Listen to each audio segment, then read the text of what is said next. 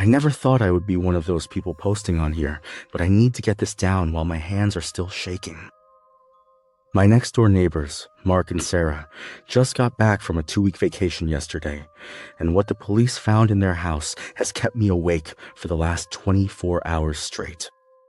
Our houses are barely 3 feet apart, separated by a narrow concrete alley, and the realization of what was happening right next to my bedroom window is making me physically sick. It all started about 2 weeks ago when Mark asked if I could look after their place while they were away in Cabo. It was a simple favor, just grabbing their mail every afternoon, watering the back porch ferns, and doing a quick walkthrough every couple of days to make sure the pipes hadn't burst or anything. I have a spare key because we've been close friends for 5 years, so I didn't hesitate to say yes, thinking it would just be a minor chore. The first couple of days were completely normal, and I didn't notice anything out of the ordinary when I went over on Monday. I walked through the kitchen, checked the deadbolts, grabbed a stack of grocery flyers from the front mat, and locked up before heading back to my own place to watch television. The house smelled faintly of Sarah's lavender cleaner and had that quiet, heavy stillness that every empty home gets when the owners leave. My second visit was on Wednesday evening around 7, and everything seemed exactly the way I had left it 48 hours prior. I remember checking the thermostat in the hallway, making sure the AC was still running on its energy saver mode, and then taking a quick peek into the living room. Nothing had moved, the blinds were all pulled tight, and I locked the heavy front door behind me, feeling completely at ease with the responsibility. Things started getting weird on my third visit, which happened on Friday night after I got home late from a dinner with some coworkers. I walked up their side steps, unlocked the door, and the very first thing I noticed when I stepped into the hallway was a faint yellow glow coming from the back of the house. When I walked into the kitchen, the overhead light above the island was turned on, casting long shadows across the linoleum floor. I stood there for a good 2 minutes, just staring at the light fixture, trying to convince myself that I had simply been careless during my Wednesday visit. I am usually incredibly meticulous about turning off lights, but I figured I must have flipped it on by reflex and forgotten to turn it off before locking up. Still, a cold knot started forming in my stomach as I reached out, flipped the switch down into the dark, and hurried back to my own house. Over the weekend, I couldn't shake this incredibly uncomfortable, nagging feeling that something about that kitchen light wasn't right. I kept looking out my bedroom window, which lines up almost perfectly with their second-story guest bedroom window just 3 feet away, but the glass was always dark and reflective. I told myself I was just being paranoid, that the stress from work was getting to me, and that I was inventing a mystery out of a simple mistake. By Tuesday afternoon, 4 days after the light incident, I finally forced myself to go back over there because the mailbox was practically overflowing onto the porch. I unlocked the front door, stepped inside, and immediately noticed the air smelled different, less like lavender and more like old cooking oil and stale sweat. I walked into the kitchen to drop the mail on the counter, and my eyes immediately locked onto the black plastic dish rack next to the sink. Sitting right there, completely dried and turned upside down on the plastic ridges, was a single, clean drinking glass that I knew for a fact had not been there on Friday. Mark and Sarah always run their dishwasher before they leave for long trips, and the counters had been completely bare and wiped down when I first checked the place. I walked over and touched the glass with the tip of my finger, and it was completely cold. But the absolute certainty that someone had washed it recently made my heart start hammering against my ribs. I pulled out my phone right there in the kitchen, my hands trembling a bit as I dialed Mark's international number to ask if they had hired a house cleaner or given a key to a relative. Mark answered on the third ring, sounding relaxed and distant over the crackling cellular connection. But his tone changed completely when I asked about the glass. He told me absolutely nobody else had a key, nobody was supposed to be there, and he asked me if I thought someone had broken into the house. I didn't want to panic him while he was thousands of miles away, so I lied and told him I probably just misremembered where the glass was from my first walkthrough.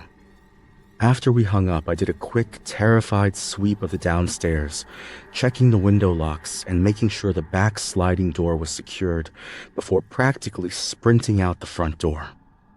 I locked it behind me and made a silent promise to myself that I wasn't going back inside that house until they returned. For the next 2 days, I completely avoided looking at their house, but it was impossible to ignore how close it was to mine. Every time I washed the dishes or closed my bedroom blinds, I could see their siding just 3 feet away, blocking out the afternoon sun. I kept the spare key locked in my kitchen drawer, determined to keep my promise of staying out of there. But the silence coming from their property felt increasingly heavy and suffocating. By Friday morning, which was day 9 of their trip, I couldn't stop myself from checking the perimeter from the safety of the outside. I walked down our shared narrow alleyway, my boots crunching loudly on the gravel, pretending I was just looking for weeds or checking my own foundation. That was when I reached the back corner of their house and froze, my eyes dropping down to the small, rectangular basement window that sat just above the ground level. The window wasn't broken, but it was pushed up about 2 inches from the frame, leaving a dark, narrow gap that led directly into their crawl space. I crouched down, the damp smell of earth hitting my nose, and noticed that the dirt directly beneath the opening had been flattened out, like someone had been putting their weight there. I didn't think twice this time. I pulled out my phone and dialed the non-emergency police line, my voice shaking as I gave the dispatcher the address. 2 officers arrived about 20 minutes later, and I stood on the sidewalk while they walked around the perimeter and eventually used my spare key to go inside. I could hear their heavy footsteps echoing through the floorboards from where I stood on the porch, a sound that made me incredibly uncomfortable in the daylight. They were inside for maybe 15 minutes before the older officer stepped out, wiping his forehead with the back of his hand, and told me the place looked secure. He said they did a full walkthrough from the attic to the basement, and while the basement window was indeed unlocked, there was no sign of any forced entry or anyone hiding inside. He suggested that maybe Mark had left the window cracked by accident before they left to air out the basement dampness. I wanted so badly to believe him, to let myself think that I was just an overly anxious neighbor making a mountain out of a molehill, so I thanked them and took the key back. That night was the first time I actually felt terrified in my own home, lying in bed with the lights off and listening to the ambient sounds of the neighborhood. Because our houses are so close, I could always hear when their air conditioner unit kicked on, but that night I started hearing things that didn't sound mechanical at all. Around 2 a.m, I heard a faint rhythmic thumping sound, like someone dragging something heavy across a carpeted floor, coming from the upper level of their house. I sat straight up in bed, staring through the dark at my bedroom window, which faced their guest room window directly across the narrow 3-foot gap. The blinds over there were drawn, but the wood of our houses felt so thin in that moment, like a paper barrier that offered absolutely no real protection. I pulled my blankets up to my chin and stared at that dark window until the sun finally started to peek over the horizon, completely exhausted from the tension. By Saturday evening, the paranoia had completely taken over, and I found myself sitting in my living room with the lights off, just watching their front porch through the blinds. I didn't see anyone enter or leave through the main doors, but the feeling of being watched was so intense that I couldn't even manage to eat dinner. Every creak of my own floorboards made me jump, my mind constantly playing tricks on me and making me think I saw shadows moving in the alleyway. On Sunday morning, I noticed a weird smell coming from the alleyway when I went out to get my own morning paper from the driveway. It didn't smell like trash or standard city pollution. It was a heavy, greasy smell that reminded me of cheap fast food and old grease. It seemed to be drifting right out of that open basement window, which the police had supposedly shut. But from my angle, I could see it was pushed up again. I didn't call the police a second time because I was terrified of looking foolish after they had already cleared the house just 2 days prior. Instead, I stayed inside my own kitchen, keeping my back to the windows and trying to distract myself with a book, though I couldn't focus on a single sentence. The sheer proximity of their house was driving me crazy, knowing that whatever was happening just inches from where I slept. Monday was the day Mark and Sarah were finally scheduled to fly back, and I have never been more relieved to see a yellow cab pull up to a curb in my entire life. I watched from my front porch as they unloaded their luggage from the trunk, looking exhausted but happy to be home after their long flight. I walked over to the edge of my lawn, handing Mark the stack of mail I had collected, and told him everything was fine, completely omitting my fears because I didn't want to ruin their homecoming. They thanked me profusely, Sarah giving me a quick hug before they rolled their heavy suitcases up the front steps and disappeared inside their house, locking the door behind them. I walked back to my own living room, sitting down on the couch and letting out a massive breath that I felt like I had been holding for the last 2 weeks. The nightmare was finally over, the homeowners were back, and I could finally go back to living my normal, quiet life without staring at their walls. That relief lasted for exactly 45 minutes before my phone started buzzing violently on the coffee table, Mark's contact photo flashing across the screen. The moment I pressed the phone to my ear, I could hear the absolute panic in his voice, sweeping away the relaxed vacation warmth from just an hour earlier. He told me I needed to come over immediately, that Sarah was locking herself in the car, and that I needed to see what they had just found upstairs. I walked quickly across the yard. Sarah was in the car and looked worried. I went into their house and found Mark at the bottom of the stairs.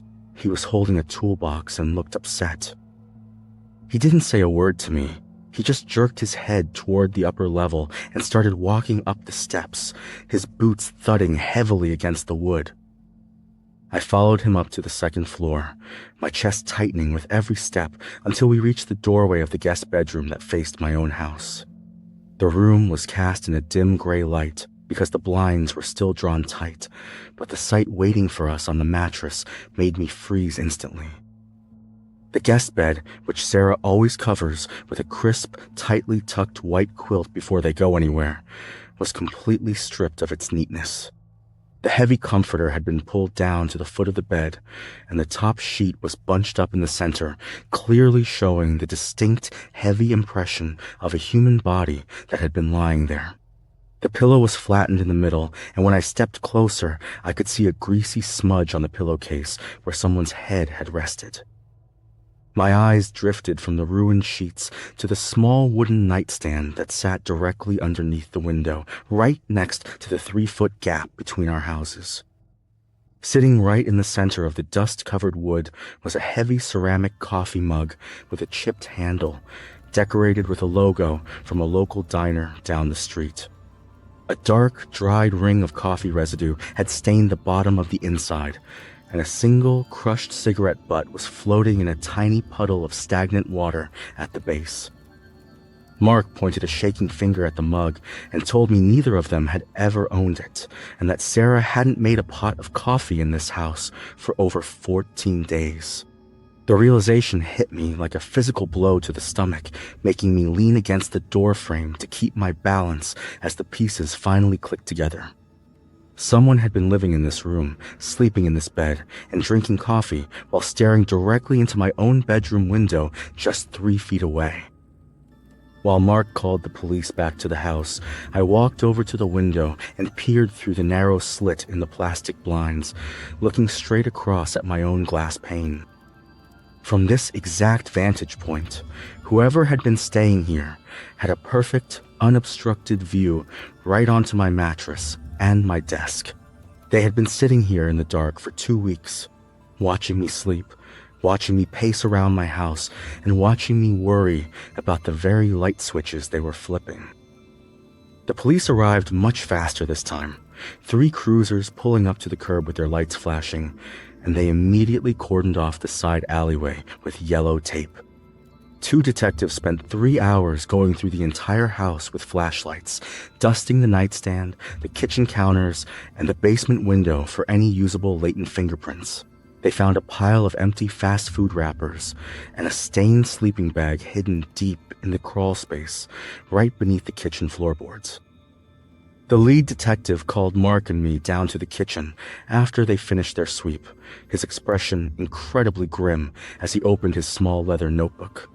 He told us it was clear that someone had been entering through the basement window and utilizing the guest room whenever they knew I was safely tucked away inside my own house. They found a small handheld police scanner left behind in the crawl space, which meant the intruder had likely heard the officers clearing the house on Friday and simply slipped out into the alley before they entered. The thought that someone was hiding in the dark alleyway just inches from me while I spoke to the officers made my stomach turn completely inside out. The police couldn't give us any names or descriptions because the intruder hadn't left any identification, leaving behind only the greasy smell and the stolen diner mug. They promised to increase patrols in our neighborhood over the next few weeks, but the empty assurance did absolutely nothing to calm the persistent ringing in my ears. Mark spent the afternoon strengthening the basement window with sturdy boards and fasteners. The sounds of his work traveled between our homes. We did not talk much while he worked. The easy connection we used to have was replaced by a shared feeling of concern. Sarah refused to come back inside until all the locks were replaced. She stayed at her sister's home across town while Mark finished making the area secure. I returned home at 6 in the evening, securing all doors and windows until the house felt very private. I closed my heavy curtains, blocking the view, but the barrier did not erase the image of the pillow. The silence of my living room felt different now. Not peaceful, but empty, like a stage waiting for something. I haven't been able to eat anything since yesterday afternoon, my throat feeling completely constricted every time I try to swallow a piece of toast. I keep pacing around my kitchen, staring at the floorboards, wondering if every little creak I used to ignore was actually the sound of someone moving right next door. The sheer physical closeness of our houses, which used to feel like a nice feature of a tight-knit neighborhood, now feels like an inescapable trap. It is currently 3 in the morning, and I am writing this from my living room couch with every single light in the house turned on to its maximum brightness. My laptop screen is the only thing keeping me focused, but my eyes keep darting toward the heavy curtains covering the side window facing Mark's house. I know the police cleared the place, and I know Mark is over there right now with a golf club by his bed, but the terror won't leave my chest. A few minutes ago, I could have sworn I heard the distinct sound of gravel shifting in the narrow 3-foot alleyway right outside my wall. It was a tiny, sharp sound, like a heavy boot putting its weight down on a loose stone, followed by a faint scraping against my external siding. I am sitting completely frozen with my phone in my hand, staring at the doorknob, absolutely terrified to look through the peephole because I know someone might be looking back. I don't think I can stay in this house another night, and I've already started looking at hotel rates across town just to get some distance from this alleyway. My hands are still trembling so badly that it's hard to hit the right keys, and every little house sound makes me jump out of my skin. I just keep thinking about that chipped diner mug and wondering if they're standing out there in the dark right now, looking at my closed curtains. I'm going to pack a small bag, call an Uber, and leave before the sun comes up, because I just can't shake the feeling that I'm still being watched.